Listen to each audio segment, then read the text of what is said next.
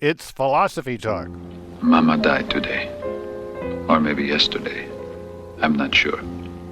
The Stranger. The Plague.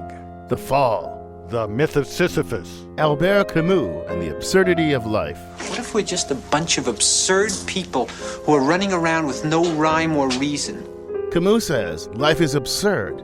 So can it be worth living? The first step for a mind overwhelmed by the absurdity of things is to realize that this feeling of strangeness is shared by all men, and that the entire human race suffers from the division between itself and the rest of the world. Is your life just a rock you have to keep pushing up the same hill over and over again so it won't roll back over you? Our guest is Robert Zaretsky, author of A Life Worth Living, Albert Camus and the Quest for Meaning. Camus and the Absurd. Coming up on Philosophy Talk.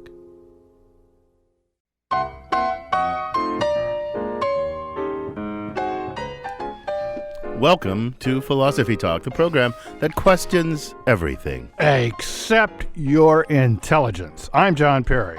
And I'm Ken Taylor. We're here at the studios of KALW San Francisco. Continuing conversations that begin at Philosopher's Corner at Stanford, where Ken is a young, vibrant professor of philosophy, and I'm a broken-down emeritus professor of philosophy. Oh, John. Today, we're thinking about the influence of the existentialist philosopher, so-called Albert Camus. Camus tackled one of the most fundamental philosophical problems there is. What is the meaning of it all? What's the meaning of existence? Oh, John, that's a really deep question, but, Camus gave an answer that's pretty darn depressing. He thought that life has no meaning. It could never have any meaning. Nothing we can do could give it meaning. The very search for meaning is absurd. Well, he kind of had a point, don't you think? No, I don't think, actually. What would be the point of living if you actually thought that life is absurd? Spoken like Camus himself, he famously said there is only one serious philosophical problem, and that is suicide. He decided against it, by the way.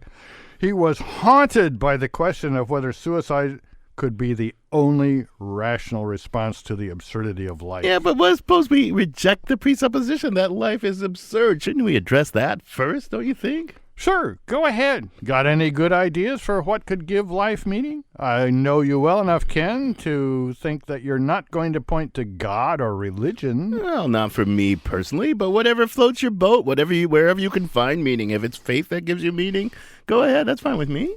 Well, you're confusing genuine meaning with comforting illusions. There are plenty of those. At least that's what Camus would say, I think. If there's no God, he can no more provide meaning than Santa Claus or the Tooth Fairy. Yeah, but what if there is a God? Then can he provide meaning? Well, if God exists, then, frankly, he's a pretty lousy, incompetent God. I mean, just look at all the pain and suffering in the world. If he does exist, he's either an imbecile or a psychopath. Well, maybe I'm overstating it, but at any rate, his existence could only make life even more absurd. I mean, what's this guy got in mind? Look, let's not debate that. Let's set God aside for a second, however psychopathic he might be. But there are other possibilities. I mean, think of relationships with other people, family, friends, communities. We love other people. They love us back. We care for them. That's why we keep going. That's why we live. That's what gives our existence meaning. Temporary respite at best. They're all going to die. They're going to die eventually. Can you know that? Nobody likes to think about it, but let's face it, every single person you know and love, every single person on earth today is going to die, and a lot of them will suffer a lot along the way. How's that anything but absurd? Man, you're in a sour mood today, John. Look, suppose I grant you, just for the sake of argument, mind you, that life is in fact absurd. I still don't see how that means that suicide is the answer. I mean, come on, consider Nietzsche. He thought life was meaningless too, but he thought we could give it meaning that it didn't otherwise have by embracing illusions. I mean, that's what artists do, he said. They know what their trick is to know how to make things beautiful when they're not at all beautiful in and of themselves. Well, as Ogden Nash said, Nietzsche is peachy, but liquor is quicker. But those are all cowardly and dishonest ways out. The absurd hero, Camus' character, need take no refuge in the illusions of art or religion. He openly embraces the absurdity of the condition. He's Sisyphus, condemned for all eternity to push a boulder up the mountain, only to have it roll to the bottom again and again and again and again. The hero fully recognizes the futility of his task, but he willingly pushes it up each time it rolls down. That's a solution? That's an answer to the problem of absurdity? Well, at least it's an honest confrontation with the truth and a defiant refusal to let that grim truth destroy one's life. At the end of his Myth of Sisyphus, Camus says that we have to imagine Sisyphus happy. Happy? Happy? Really? Maybe I just don't have enough imagination, but I actually can't see what keeps Sisyphus going in this story, let alone makes him happy. Well, I guess we ought to know more about Camus, about this thinker and writer. You know, he's often regarded as one of the great existentialist philosophers, although he hated to be called an existentialist or a philosopher. So, well, who was this guy? Who was the real Albert Camus? We sent our roving philosophical reporter, Shuka Kalantari, to learn more about the man behind works like The Stranger and The Myth of Sisyphus. She files this report. In the early 1940s, during World War II, France was occupied by the Nazis. German soldiers marched the streets of Paris. Train stations were being bombed. Cafe doors were shuttered. And Albert Camus was at a house party. Camus would head to a friend's house to drink, dance, and perform live theater with folks like Pablo Picasso, Jean-Paul Sartre, and Simone de Beauvoir. Theatre was one of the things that kept them going, in the midst of occupied Paris. That's Andy Martin, a Cambridge University professor and author of The Boxer and the Goalkeeper, Sartre versus Camus. He says theater was an outlet for artists and intellectuals during wartime. It's one of those things that you could just about get away with that got past the Nazi censors, particularly if you made it fairly obscure and existentialist. And they didn't really know what it meant. But Camus didn't just perform plays. He also ran a French resistance newspaper and was a well-known author. In 1942, he wrote The Stranger, his ode to absurdism, the belief that life has no inherent meaning. The book is about a French-Algerian man who kills an Arab man for no reason. I realized that I destroyed the balance of the day, the perfect silence of this beach where I'd been happy. And I fired 4 more times at the lifeless body, and the bullets sank in without leaving a mark. Camus was born and raised in Algeria. He lived alone with his illiterate mother, who cleaned houses to make ends meet. He was a star soccer player as a kid, until he got tuberculosis. After that, he focused solely on writing and working for a socialist newspaper. By 1943, Camus was living in Paris, estranged from his wife in Algeria because of the war. That's when he met Jean-Paul Sartre. They immediately hit it off and would spend hours at Café de Flore, talking about politics, theater, and the ladies. Camus and Sartre were both kind of playboys. All was well until they both had their eye on the same girl, Wanda Kosakovich. Sartre dated her first and gave her a role in his play, The Fly. Oh, where do you come from? Algiers. Oh, I'm from Paris. Have you left anyone down there? Yes, my wife. Then Sartre made the bad decision of asking Camus to direct a play that starred Wanda. Bad because even though Sartre was a playboy, he was short, frumpy, and kind of looked like an ogre. Like something hanging on the outside of Notre Dame Cathedral, basically, whereas Camus was the Bogart of his generation among French philosophers. And, Vogue magazine wanted to photograph him and so on. So he had very much the kind of, Hollywood movie star looks. Sartre had spent 3 years trying to seduce Wanda. Then Camus shows up and seals the deal in less than an hour. Right in front of Sartre, she fell for Camus in a big way, and this did cause a certain amount of bitterness and resentment on Sartre's side. Martin says war provided a common enemy for Camus and Sartre, but with the Nazis gone, all the two had left were a lot of opposing viewpoints. The final nail in their friendship coffin happened when Camus published a critique of totalitarianism, which Sartre took as a personal attack on his own Marxist beliefs. They never spoke again. Although they fell out, they remained conscious of what the other one was doing all the time. And I think that's very often true of relations of our own, that where you break up with someone, but you nevertheless frequently think, oh, well, what is that person doing or thinking right now? Albert Camus died in a car crash in 1960, at the age of 46. And though they weren't on speaking terms, it was Jean-Paul Sartre who wrote Camus' obituary. He wrote, "Camus and I quarreled, but a quarrel doesn't matter. It's just another way of living together without losing sight of one another in the narrow little world that is allotted to us." Sartre never forgot about Camus, and half a century later, neither have we. For Philosophy Talk, I'm Shuka Kalantari. Thanks, Shuka. We learned a lot about Camus and about Sartre, too. I mean, Camus, gosh, he got a lot done. He dies at 46 when he was my age. He'd been dead almost 25 years. And, of course, Ken and I share the burden of being incredibly good-looking philosophers, and that makes it hard to focus on the meaningless of life sometimes. I'm John Perry. With me is my fellow Stanford philosopher, Ken Taylor. And today we're thinking about the French Algerian writer Albert Camus. We're joined now by Robert Zaretsky. He's a professor of history at the Honors College at the University of Houston. He's author of A Life Worth Living, Albert Camus and the Quest for Meaning. He's also author of the forthcoming Boswell's Enlightenment. Rob, welcome to Philosophy Talk. Thanks, Ken. It's good to be here. So Rob, as we learned from Shuka's report, there's plenty in Camus' life to make him interesting to anybody. But in your particular case, what got you interested in Camus? Oh, it was something much more banal than his life, in fact, John.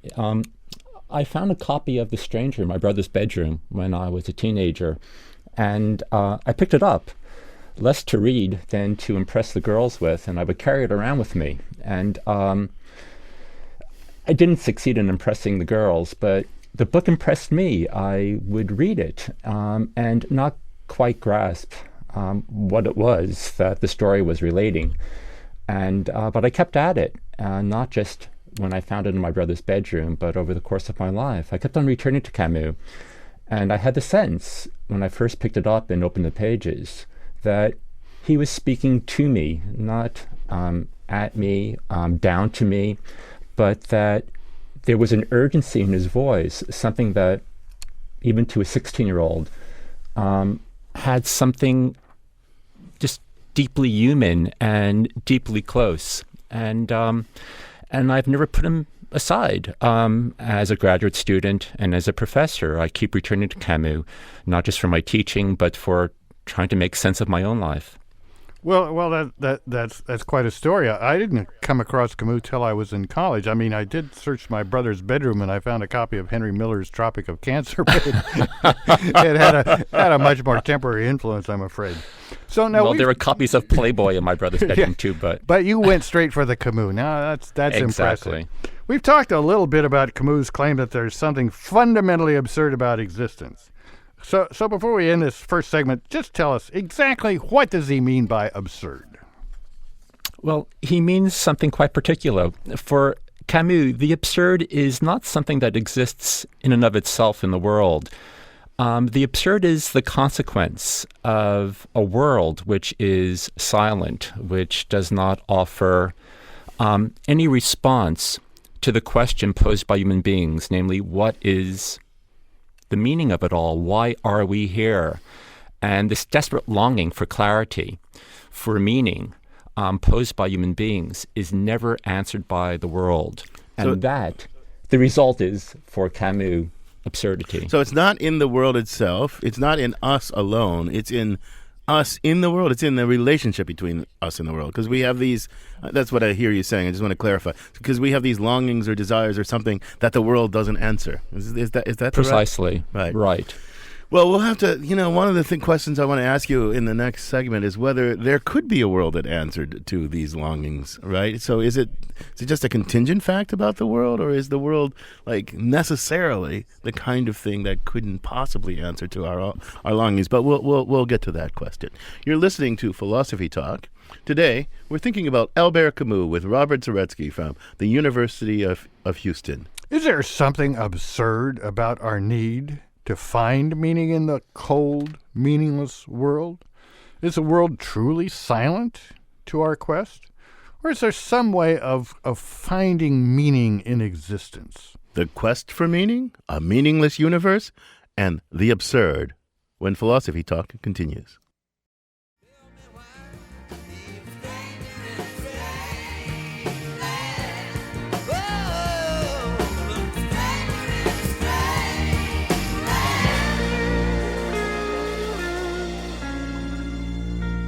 We may all be strangers in a strange land. I mean, indeed, America's getting positively weird.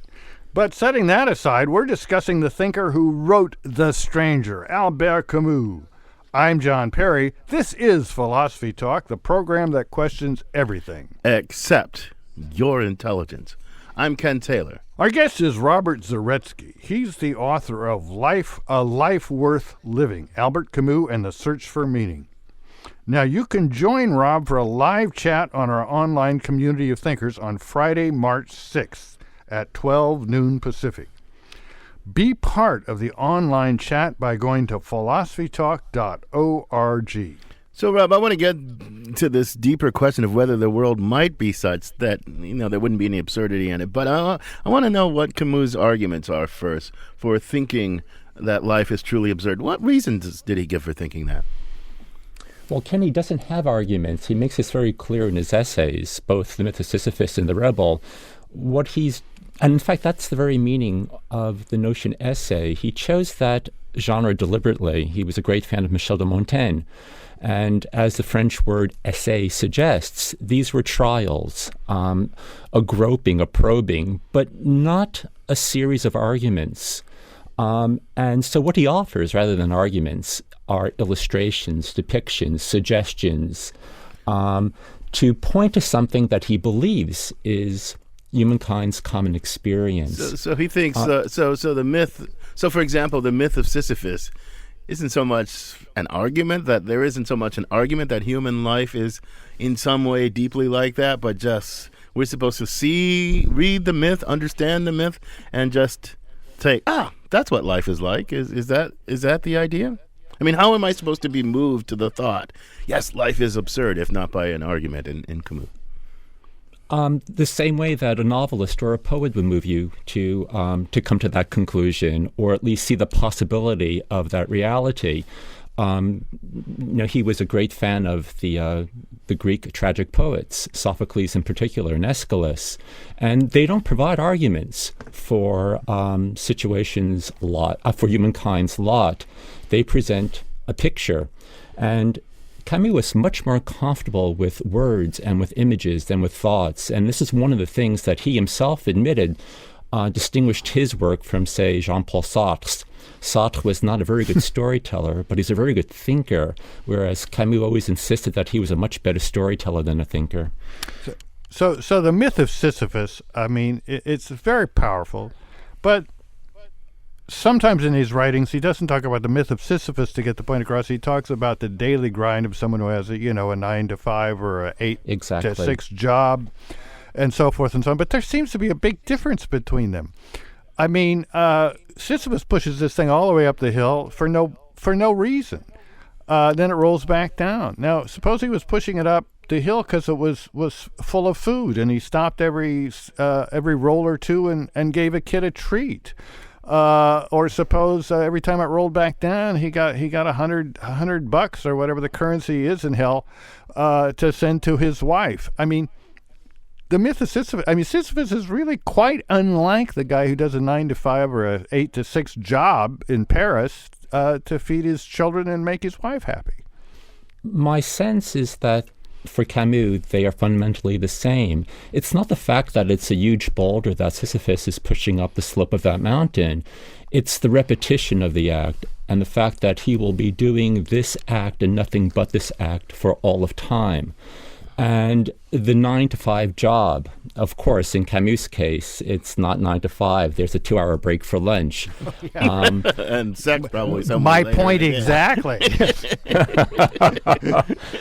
But it's the sheer repetition of the task, a task that has no, forgive me for using the word, transcendental significance or meaning, that underscores the absurdity of it for Camus. So look, but I should make just one more point that for Camus there are really two kinds of absurdity. There's what I guess we can call metaphysical absurdity, which is what we've been discussing, but there's also political absurdity. And the two are deeply entwined for Camus. What's political? I'll What's stop there for a difference? No, second. well, you made a distinction, and you teased us with that distinction. So what's the political absurdity? What do you mean by Well, that? the political absurdity is what we've just heard on the newscast. For example, those tens of thousands of people who are now marching in St. Petersburg and Moscow to protest the assassination of Boris Nemtsov. This, for Camus, is a classic case of rebellion. And what does the rebel do? He protests the outrage when a state insists on giving meaning to an act that is murderous, justifying murder, premeditated murder. And that would be, and the political absurdity for Camus is that here is a people, the Russians, who are being denied their dignity, their integrity, their freedom to speak, their freedom to think. And you reach a tipping point, a critical mass, where at a certain point, individuals say, I rebel.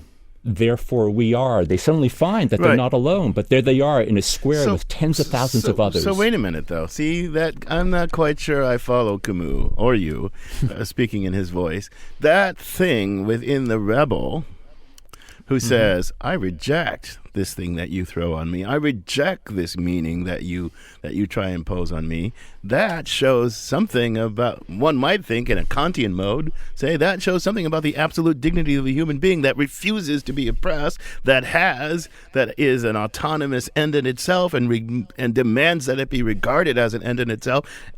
Creatures that can regard themselves as ends in themselves, as Kant would put it, and can that demand of others that they regard them as ends, that's not meaningless. That's absurd. That's human dignity. That's absolute moral worth, inviolable moral worth. So I don't get how that has any. I mean, sure, you're trying to impose something on me, but the very voice in me that can say no, that's the human self declaring its dignity, not its absurdity, not despairing.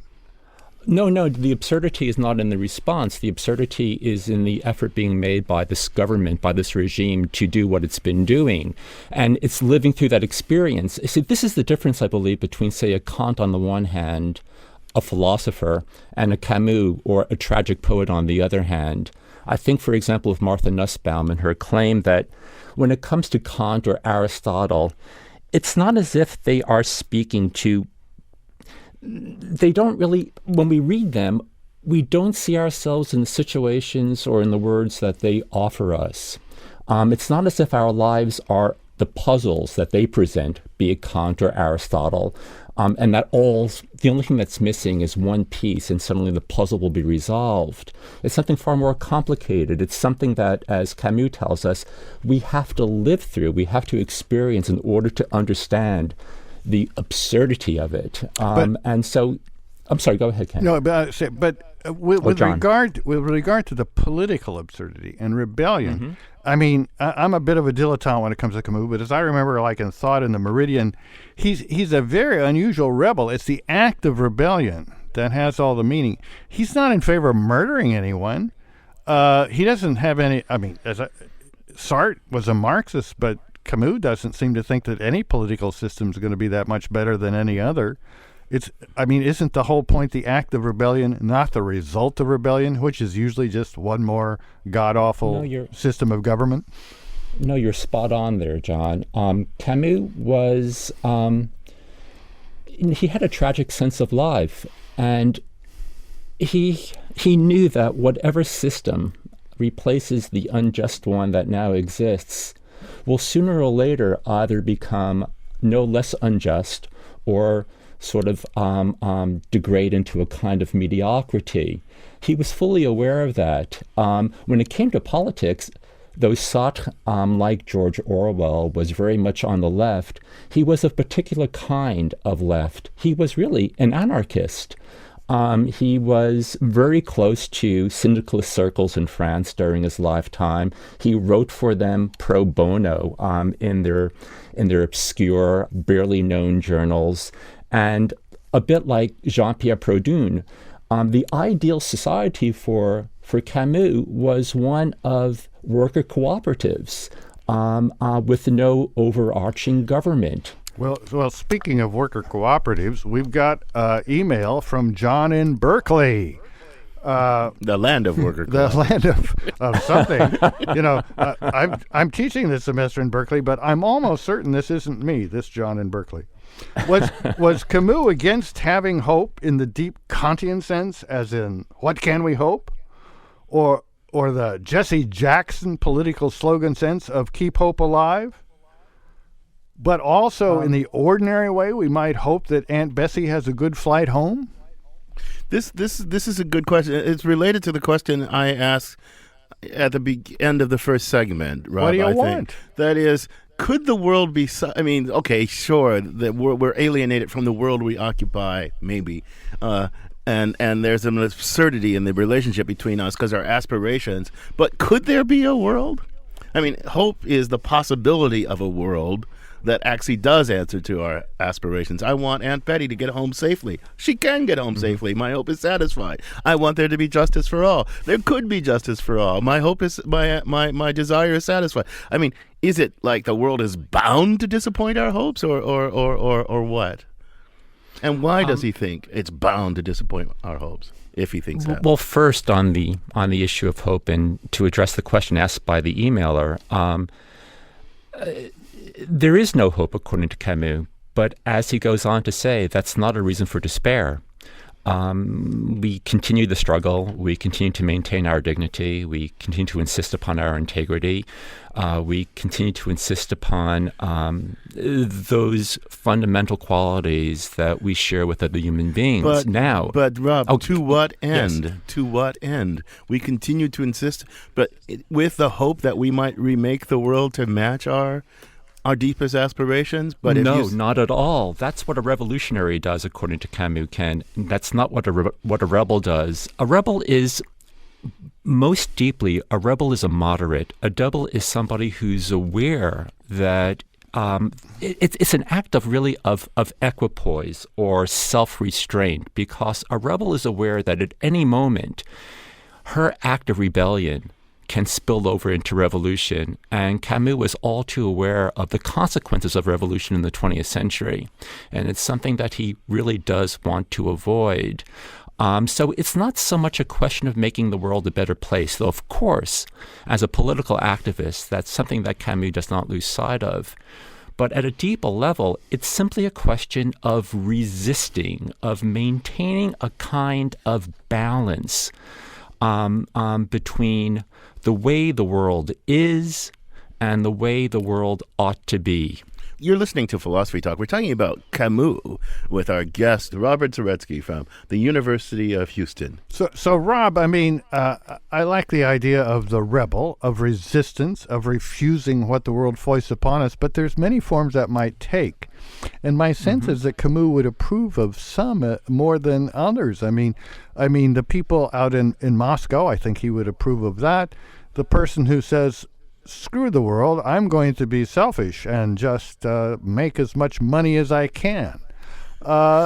He might not approve of that so much. What's the difference? Well, wait a minute. Now, maybe you're right about Camus, but Simone de Beauvoir, at the Ethics of Ambiguity, kind of implicitly criticizes what seems to be Camus' view, that Camus' existentialist hero is what she calls a mere adventurer who only cares about his own self-declaration, his own projects, and is indifferent to the outcome of those projects, is indifferent to who he tramples. So she seems to think that Camus' formula is itself going to lead to a kind of tyranny. I bet you think that's an unfair criticism of Camus.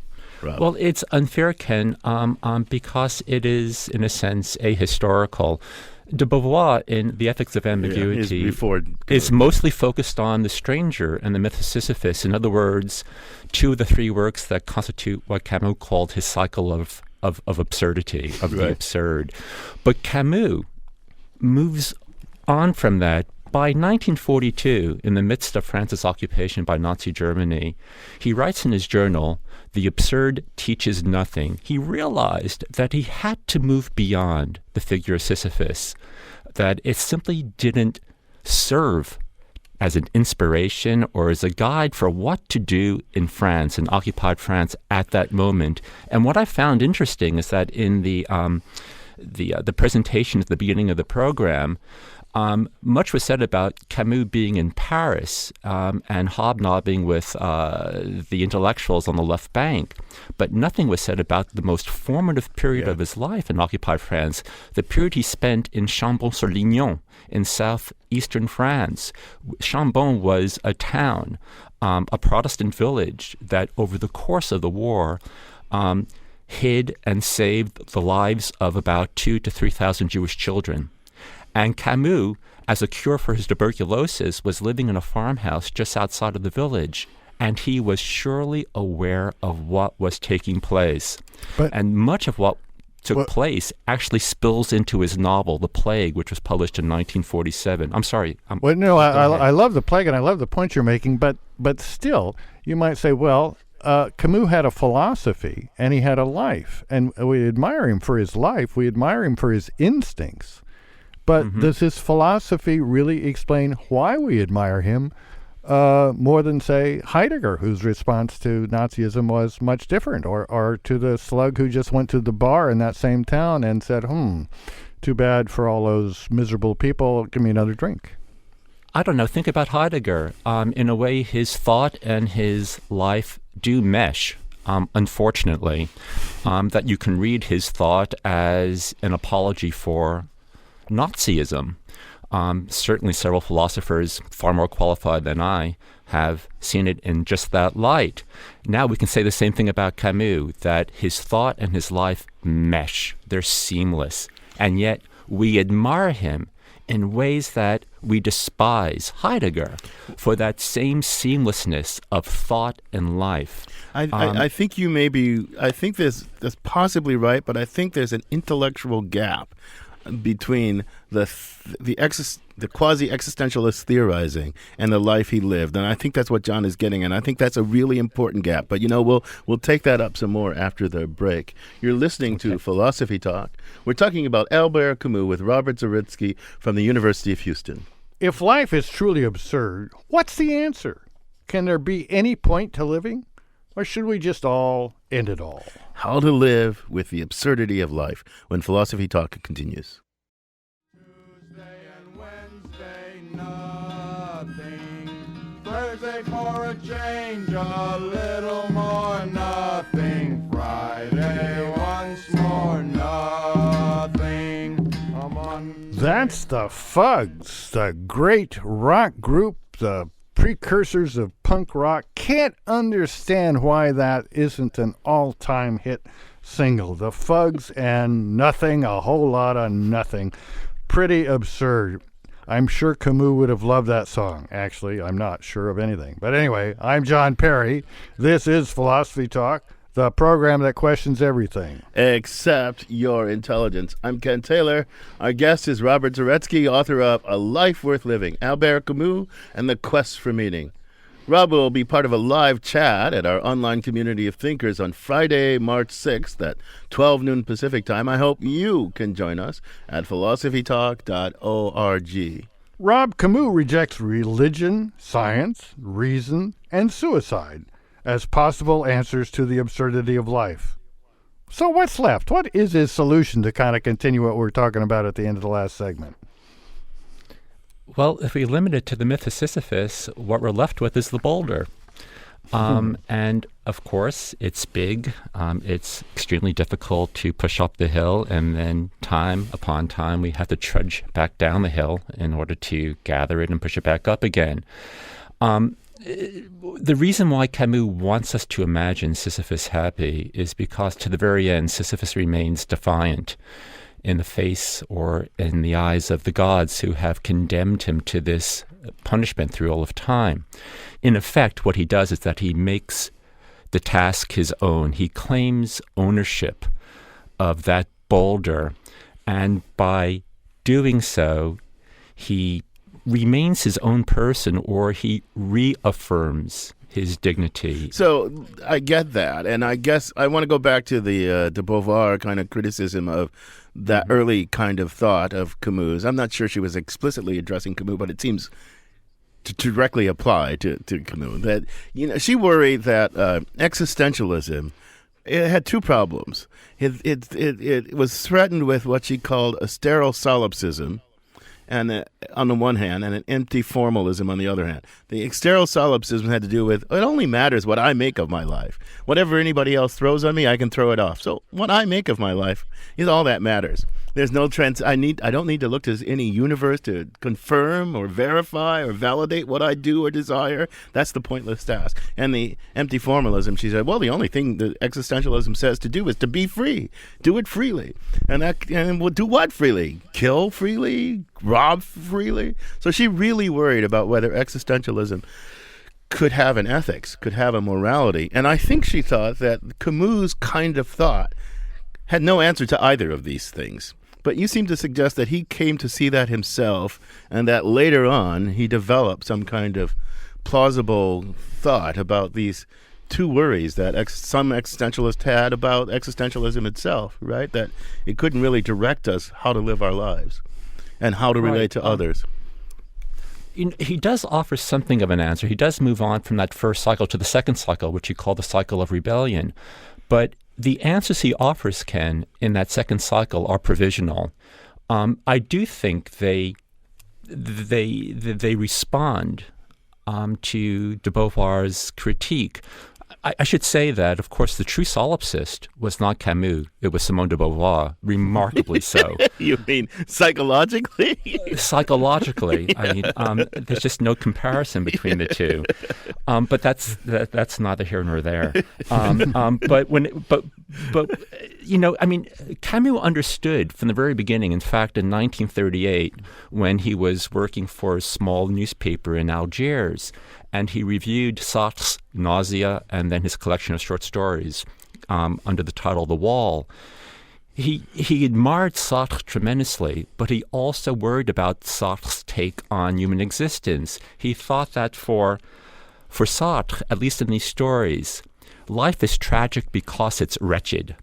And that's simply not the case. For Camus, it was always the case that life is tragic because it is magnificent, it's glorious. He loved the world, the physical world, in ways that Simone de Beauvoir and Jean-Paul Sartre could never begin to plumb. No, I'm not a big scholar of these folks, but I think of them as having these deeply intertwined intellects and lives and personal relationships and all this sort of stuff. Now, I gather that their falling out wasn't really about that actress, but it was about a review that Camus wrote of Sartre that incensed Sartre, and it had something to do with freedom or something like that. It's more complex. What happened in 1952, following the publication of The Rebel,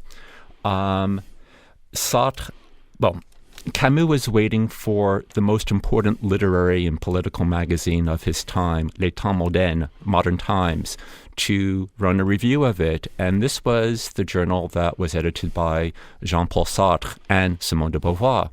And months passed, there was nothing. And then finally, there was a review, not by Sartre, but by one of his staff members, Francis Janson. And the review was appalling, not just from an intellectual perspective, but also from a personal. It was largely ad hominem, attacking Camus the man and not just Camus the thinker.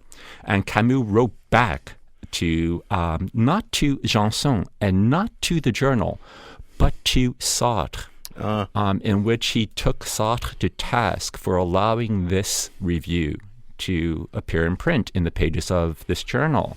And that's when Sartre responded by one of the most extraordinarily violent, but at times very telling, responses to Camus' work, as well as Camus the man. Were these guys just childish intellectuals? Well, I suspect if the actress wasn't at the bottom of it all, she added a little icing on the cake or whatever. Yeah, but John, you're onto something very important there, because I think I don't want to psychologize these men. I'm in no position to do it.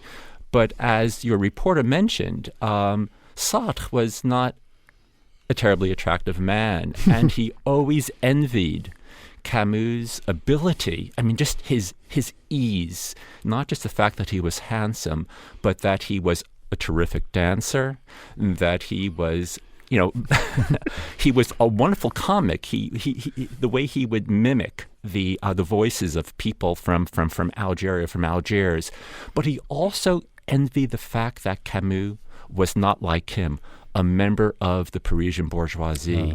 Camus was from the working class. His background was an impoverished one.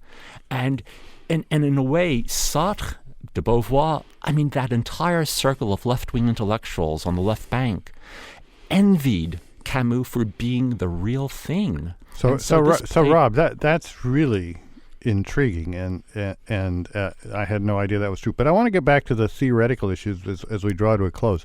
My sense in the little bit of reading I've done for the show, my memories about my existentialist years, it seems to me that Camus.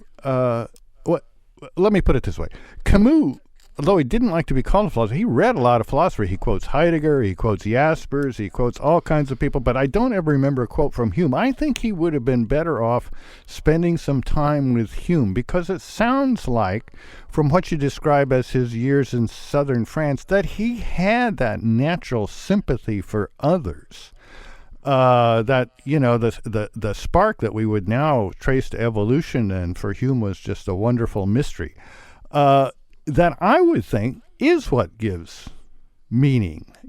How can you raise children or feed children or deal with hungry children and not have some sense that what you're doing matters? So it sounds like he was able to close the circle between Sisyphus and meaning in his life, but he never figured out theoretically how to do it. Well, it's interesting, the comparison with David Hume, John. I like that a lot. I think they do have I don't think Camus ever read Hume, but I do think they have a great deal in common, beginning with their skepticism, and also this notion that we have this capacity for compassion. It's just part of our being. Now, I don't think he closes it theoretically, Camus, namely he doesn't close the circle, but I do think he closes it in terms of narrative. And again, we see it in The Rebel, and we see it in The Plague. He is working towards this. He understands that this experience of being in the same situation, either under an oppressive regime or under an oppressive cosmos, brings us together and brings out the best in us. Nothing is clearer as a moral or as a lesson than that in his novel The Plague. But again, don't look to him for a theoretical closing of the circle. He's not a theoretician. He's a novelist. He's a storyteller, and that's where he's attempting to do it. So we've got some email that kind of follows up on what we've been talking about. Can you ask the guest to say something about Camus' Algerian background and the influence it had on his philosophical thinking? You've told us about the influence it had on the Parisian people who kind of admired his richer life, but what? Yeah. Tell us a little more about his Algerian upbringing. Be brief. I know you could tell us a lot, but tell us just the highlights. Well, then, actually, rather than telling you about his Algerian background, let me tell you about something specific to his Algerian background, namely his relationship with his mother. His mother, Catherine Sintes, was a typical Algerian. In other words, she was an immigrant. She came from the island of Mallorca. Catherine Sintes was illiterate. She was partly deaf and mostly mute. She had a vocabulary of a few hundred words. And one of the most important influences on Camus' life was living in the world of silence created by his mother. His entire life he spent trying to make sense of that silence and of his relationship to his mother. I should mention that his grandmother, who also raised him, was illiterate as well. And so here's Camus, in a way struggling to find meaning in this universe that is constituted by his mother. Now, we can speak more broadly about his Algerian experience that I think added to his sense of the absurd when you think about the fact that he lived in a nation where 9/10 of its inhabitants were denied the rights and the privileges of French citizenship, something that he was acutely aware of and protested his entire life. Rob, this Camus sounds like a really, I've been familiar with his thought. He's a fascinating thinker. He sounds like a fascinating man, and the combination of the man and the thought is even more fascinating. And I got to tell you, this has been an absurdly fun conversation, but I got to end it and thank you for joining us. Well, listen, thanks for having me. I've really enjoyed it. Okay, our guest has been Robert Zaretsky. He's a professor of history at the Honors College at the University of Houston. He's author of A Life Worth Living, Albert Camus and the Quest for Meaning, and he's also author of the forthcoming Boswell's Enlightenment. So, John, you got any absurdist thoughts you want to leave us with? Well, not too many absurdist thoughts. I mean, I was really fascinated to learn something I hadn't known, the jealousy or envy that the Parisian thinkers had for Camus, as opposed to, just thinking. I mean, there's a little analogy with Hume there, too. Hume came from from Scotland, and so did Boswell, who's the subject of our guest's newest book. And they had a lot of trouble getting accepted, partly because of their Scottish burr, even from the Highlands in London. So that's fascinating. If you look at there's a picture of Camus on Rob's book. He really was quite a handsome guy. I mean, he and Jean-Paul Sartre look like some kind of gnome. So, there's more to philosophy than meets the eye sometimes. That's what I take Or from more that. than doesn't meet the eye. Yeah, right. But again, I really think he's a fascinating guy. I really recommend Rob's book. It's a great read. But this conversation continues at Philosopher's Corner at our online community of thinkers, where our motto is Cogito ergo blogo. I think, therefore I blog. And you too can become a partner in that community by visiting our website, philosophytalk.org. And please join us at the community on Friday, March 6th at 12 noon Pacific for a live online chat with today's guest, Robert Zaretsky. And now, a man of absurdly fast speech, it's Ian Scholes, the 60-second existentialist. Ian Scholes. The absurd doesn't have the panache it did back in the 1960s, but then again, Camus doesn't have the panache he once did. We don't follow the myth of Sisyphus, rolling a boulder uphill all day, only to have it roll down again at night. Today, thanks to the great thinker Ayn Rand, we believe we can get that rock up the hill and keep it there once we get big government off our backs. In France, where meaninglessness first reared its ugly head, people had gone through 2 world wars, and things were pretty torn up and depressing. In America, though, we were complacent and well off, something for young people to rebel against. It's entitled American exceptionalism, existentialism. If life is absurd, who needs a job? Let's invent album-oriented rock. Let's get stoned and have sex. Which is pretty much what young Camus and Sartre wanted, near as I could tell, also to create a more perfect world using only their words. Camus and Jean-Paul Sartre became friends in Paris during World War II. He got Sartre to go to New York to write about it for his underground resistance publication called Combat, or Combat. Sartre viewed New York as too big and anonymous. He also thought that Americans created their own prisons of conformity. He thought of skyscrapers as ancient ruins ripe to be torn down. Camus, on the other hand, who went to New York in 1946, loved it. Didn't pay much attention to skyscrapers, liked taking taxis, Broadway, ice cream, shopping. He also had sex with young women. So had Sartre when he was there, but he was not as fun-loving. He complained to his French lover, Simone de Beauvoir, "I am killed by passion in lectures," which is creepy on several levels. What did young Camus get from Sartre? Well, thanks to existentialism, the personal meets the historical. You don't know how history will work out, but you can act like you do. He's like a really depressing motivational speaker. You can be whatever you want to be, and then die, in the mud, alone. But in 1951, they had a falling out. Sartre believed that a writer should be an engaged revolutionary. You might not get the rock up the hill, but history will, so kill anybody that gets in the way. Camus wrote Mad and Revolt, which argued against the idea of mass murder for noble ideas. In his literary magazine, Sartre had a subordinate review the book, and it was nasty. Camus got mad and wrote Sartre directly, blaming him for his reviewer's opinions. Sartre wrote back, hinting that Camus' thinking was muddled and banal. Upshot, the two never spoke again. Camus died in 1960 at 46 in a car crash. Sartre died in 1980. The bloom had pretty much come off his rose. His consistent non-judgmentalism towards the many crimes of the Soviet Union rankled many. And others were rankled when he chose to visit members of the Baader-Meinhof gang in prison. Remember who they were? No? Oh, good. There's one stone you don't have to roll uphill anymore. I gotta go.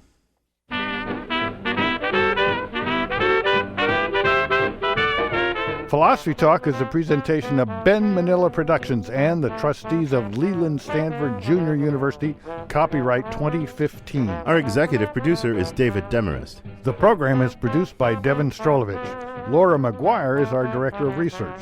Our marketing director is Dave Millar. Thanks also to Ted Muldoon, Merle Kessler, Erica Topit, and Mark Stone. Support for Philosophy Talk comes from various groups at Stanford University and the partners at our online community of thinkers. And from the members of KALW San Francisco, where our program originates. The views expressed or misexpressed on this program do not necessarily represent the opinions of Stanford University or of our other funders. Not not even when they're true and reasonable. The conversation continues on our website, philosophytalk.org, where you too can become a partner in our community of thinkers. I'm John Perry. And I'm Ken Taylor. Thank you for listening. And thank you for thinking. Yeah, I think we really got something in. What do we got? An idea. What idea? An idea for the show. I still don't know what the idea is. It's about nothing.